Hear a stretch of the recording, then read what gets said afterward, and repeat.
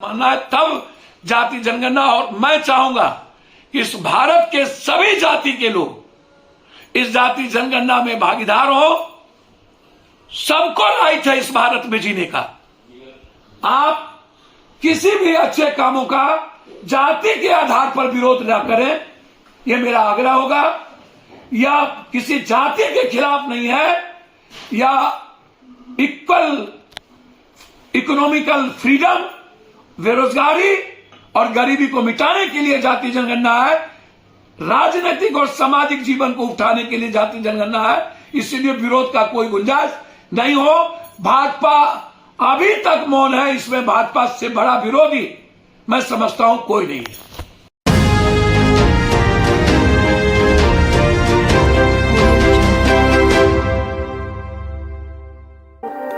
से कमजोर लोग हैं, सामाजिक रूप से कमजोर लोग हैं, उसको डेवलप करने के लिए, उसको बराबरी में लाने के लिए।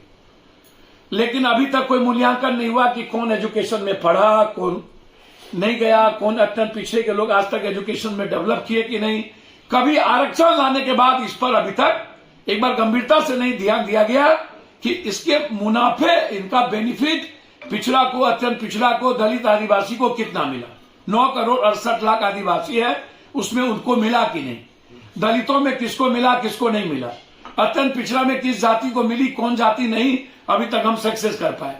उसी तरह यदि आप आरक्षण का बिना जाति जनगणना के आरक्षण को आप 10% गरीब को, अमीर के लोगों को आप आरक्षण देने की बात हम लोगों ने की।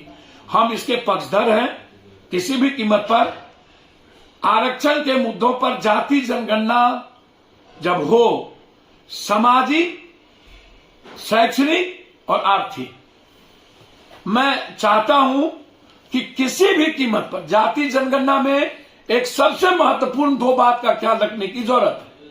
उसमें बगैर बेरोजगारी और गरीबी के जनगणना के आप जाति जनगणना का जो आप एक बड़ा फ्रीडम चाहते हो कि हमें उन वर्गों को आगे लाना है जहां पर आज तक संख्या के आधार पर, मैं तो चाहता हूं जिसकी जितनी जनसंख्या उतनी भागीदारी कर दो, राजनीतिक, सामाजिक, उसमें एसटी एससी को भागीदारी मिलेगी, अत्यंत पिछड़ों को भागीदारी मिलेगी। कोई भी जाति, मेरा आग्रह है, कोई भी जाति, चाहे ऊंची जात हो या जादव हो, यह अब नहीं कह सकता है कि इस भारत में जहां एक संविधान, एक लोकतंत्र, एक गीता, कुरान, बाइबिल है, रामायण है, उसमें समाज के हर वर्गों को उसके जनसंख्या के आधार पर बढ़ने का मौका नहीं मिले। इसके लिए नीतीश कुमार जी को फोकस करना पड़ेगा। अभी जो जाति जनगणना हो रही है उससे मैं थोड़ा सा, मुझे तकलीफ हो रही है कि लोग पक्के के मकान के पास जाकर के जाति पूछ लेते हैं और संख्या पूछ लेते हैं, कौन जाति का है, कितनी जनसंख्या, लिख देता है। झोपड़ी, अब एक झोपड़ी में 10 आदमी है क्योंकि उसके पास 2 झोपड़ी नहीं है। मानना है तब जाति जनगणना। और मैं चाहूंगा कि इस भारत के सभी जाति के लोग इस जाति जनगणना में भागीदार हो। सबको राइट है इस भारत में जीने का। आप किसी भी अच्छे कामों का जाति के आधार पर विरोध न करें, यह मेरा आग्रह होगा। या किसी जाति के खिलाफ नहीं है, या इक्वल इकोनॉमिकल फ्रीडम, बेरोजगारी और गरीबी को मिटाने के लिए जाति जनगणना है। राजनीतिक और सामाजिक जीवन को उठाने के लिए जाति जनगणना है। इसलिए विरोध का कोई गुंजाइश नहीं हो। भाजपा अभी तक मौन है। इसमें भाजपा से बड़ा विरोधी मैं समझता हूं कोई नहीं है। देखिए, नीतीश जी टाल इलाके से आते हैं, लालू यादव दियारा इलाके से आते हैं, और लालू यादव जी का वो गृह क्षेत्र है। सबसे ज्यादा प्रभावित यदि कोई है बालू के और नदी के किनारे, तो वो कमजोर तबके के जादव भी है, निषाद भी है, मल्लाह भी है, राजपूत भी है, जिसके नाव चलने नहीं दिए जा रहे, जिसके ट्रैक्टर की उगाई बालू की नहीं हो रही है। बड़े पप्पू यादव या बड़ा माफिया जो है ओवरलोडिंग ट्रक को चला रहा है।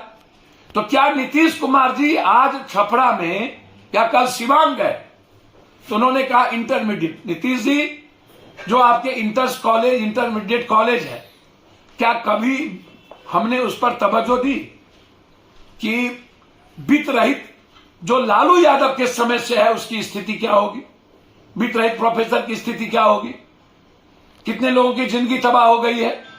तो छपरा में दो बात इनको करनी चाहिए। एक की छपरा में लगातार शराब माफिया 5-5 बार लोग मरे हैं, एक बार नहीं। कौन कौन लोग इन्वॉल्व है, कौन कौन पॉलिटिशियन इन्वॉल्व है, कौन कौन पदाधिकारी इन्वॉल्व है। एक तो उसकी जांच, संपत्ति की जांच।